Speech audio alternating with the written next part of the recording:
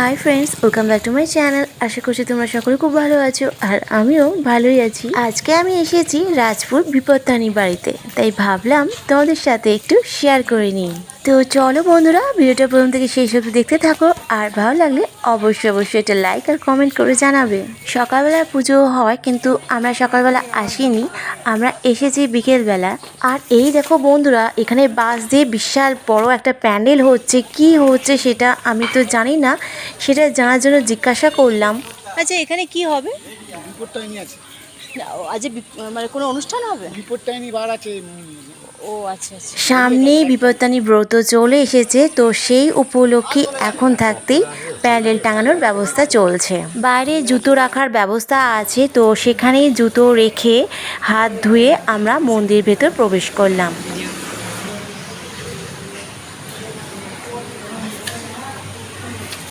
আমরা এখন মায়ের কাছে চলে এসেছি, আর এখানে দেখো সবাই বসে আছে। সকালবেলা পুজো হয়, আর সন্ধেবেলা এখানে সন্ধ্যা আরতিটা হয়। পুজো সেইভাবে হয় না। তো আমরা এখানে বামুনের কাছে আর কি সন্দেশ নিয়ে গিয়েছিলাম পুজো দেওয়ার জন্য।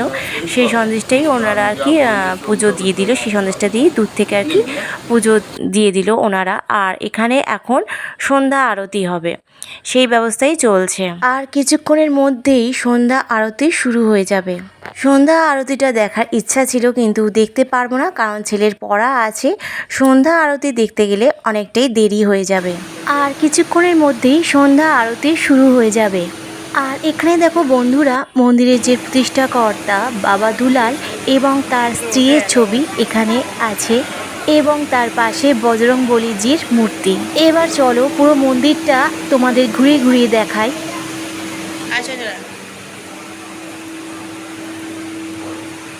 ধাক্কা মারিস না আমাকে, এই সাইডে যা। ঠাকুর ছবি।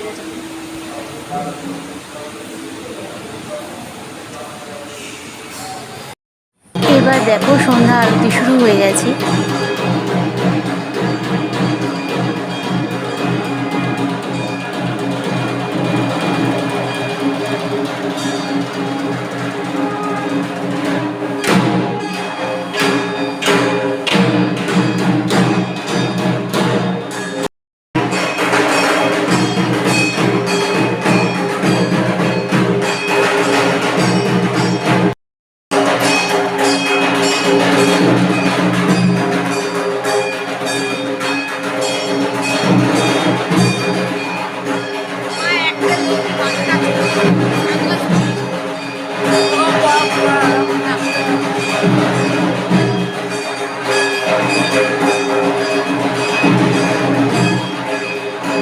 সন্ধ্যা আরতি শুরু হয়ে গেছে। এবার আমরা একতলায় চলে এলাম। সন্ধ্যা আরতি আমরা দেখতে পেলাম না, কারণ দেখতে গেলে অনেকটাই দেরি হয়ে যাবে। আর সন্ধ্যা আরতি পুরোটা না দেখে আসাটা উচিত নয়, সেই জন্যই আর দেখলাম না সন্ধ্যা আরতিটা। এবার আমরা একতলায় এসে গেছি। এখানে দেখো অনেক ঠাকুর আছে, সেগুলো তোমাদের সাথে একটু শেয়ার করে নিলাম।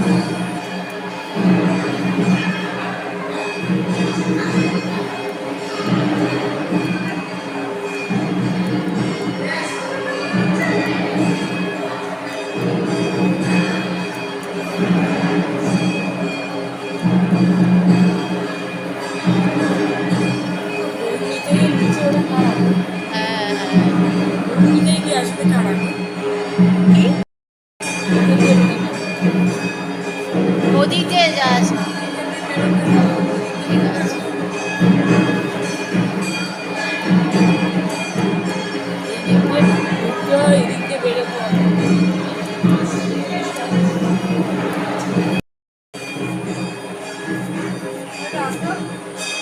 এবার আমরা মন্দির থেকে পুরো বাইরে চলে এসেছি। এবার আমরা যাচ্ছি সেই স্থানে, যেই স্থানে বাবা দুলাল মায়ের দেখা পেয়েছিল। এখন সেই স্থানটা বাঁধানো আছে। এই স্থানেই বাবা দুলাল মায়ের ধ্যান করতেন, এবং এখানেই মায়ের দর্শন পেয়েছিলেন। আর এখন সবাই বিপত্তানির বাড়িতে এলে পারে মায়ের পুজো দেওয়ার পরে এইখানেই ধূপ মোমবাতি জ্বালানো হয়। আর আমিও তার ব্যতিক্রমী নই, আমিও মায়ের দর্শন করে পুজো দিয়ে এইখানে ধূপ মোমবাতি জ্বালিয়ে দিলাম।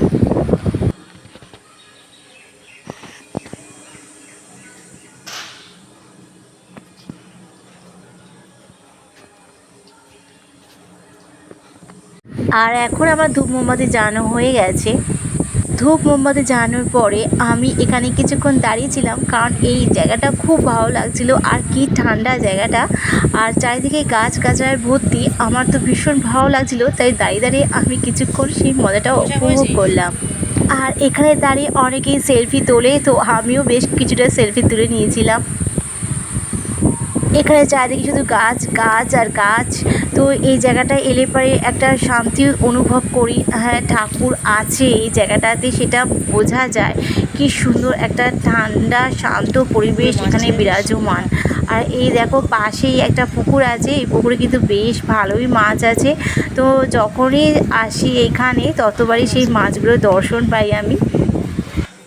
পুজো দেওয়া, বেদিতে ধূপ মোমবাতি জ্বালানো সব কিছুই আমার কমপ্লিট। এইবারে মন্দির থেকে বেরানোর পালা। তো সেই জন্য জুতো ওখানে চলে এসেছি, যেখানে জুতো রেখেছিলাম। তো জুতো নিয়ে এইবারে সোজা বাড়ির দিকে রওনা হব। এখানে জুতো রাখার ব্যবস্থাটা বেশ ভালো, জুতো চুরি হওয়ার কোনো ভয় থাকে না। অনেক অনেক ব্যাগের ব্যবস্থা থাকে। মন্দিরে যখন ঢুকবে তখন জুতোগুলো এই ব্যাগের মধ্যে রেখে দিতে হবে, আর ওনারা একটা টিকিট মতন দিয়ে দেয়, গোল প্লাস্টিকের একটা টিকিট মতন দিয়ে দেয়। ওইটা যখন জুতো নেবে ওইটা দেখালে পারে, ওর মধ্যে নাম্বার লেখা থাকে 12 কি 13 কি 14 15। এবার জুতো যে নাম্বারে থাকবে সেই নাম্বারটা দিলে পারে, দেখালে পারে, ওরা বের করে দেবে।